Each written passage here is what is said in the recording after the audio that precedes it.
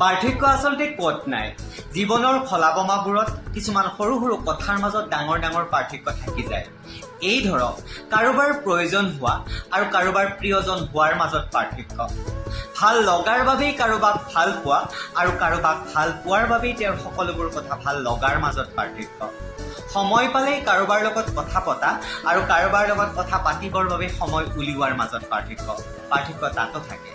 অকলশৰে থকাৰ বাবেই কাৰোবাক মনত পেলোৱা আৰু কাৰোবাক মনত পেলাবৰ বাবে অকলে থকাৰ মাজত পাৰ্থক্য ইয়াতো থাকে।